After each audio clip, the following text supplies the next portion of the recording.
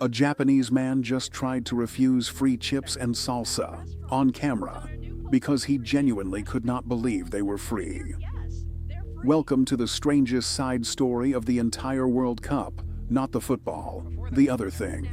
Millions of foreigners are landing in the United States for the first time, and they are completely losing it, not over the stadiums, but over the most ordinary, everyday parts of America. Start with the food, because that is where most of them break. In America, you sit down at a restaurant, and before you have ordered anything, chips and salsa just appear. Free. Bread baskets, free. Drink refills that never end, free. To an American, this is Tuesday.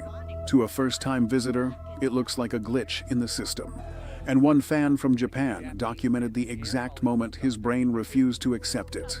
He said, quote, "Chips, salsa, unrequested, free." I stopped the waiter. "We have not earned these." The waiter told him they just come with the table. He said, quote, And he ended the post with a line that people cannot stop repeating.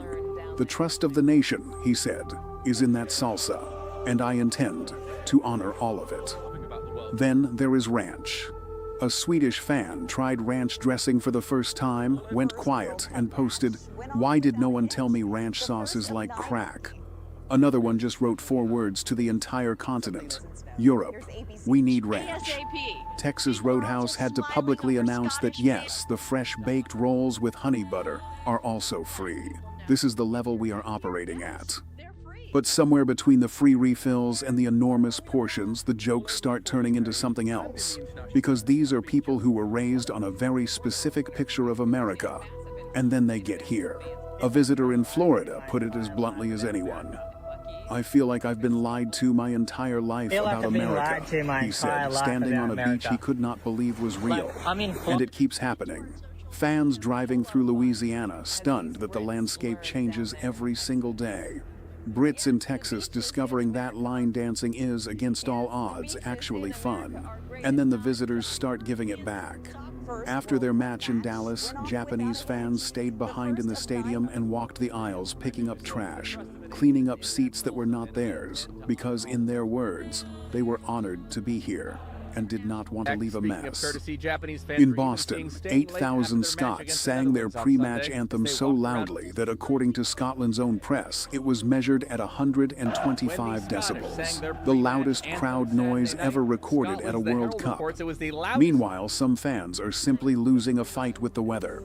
Listen to these two from San Diego, warned that a Texas summer only gets hotter.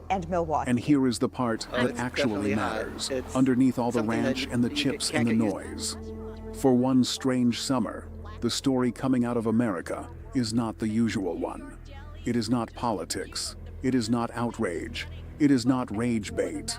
It is just everyday American people being kind and welcoming to strangers and getting to be the good news for once. The Scots in Boston, the Algerians in Kansas, the Dutch in Texas, ordinary people finally getting their moment. The world showed up expecting the country it had been shown on the news. What it found was free chips, honest strangers, and a man from Japan, so moved by a bowl of salsa that he made a solemn promise to finish it. This is just a handful of their stories, and the summer is not over. So subscribe and stick around, because the world is not done finding out what America is actually like.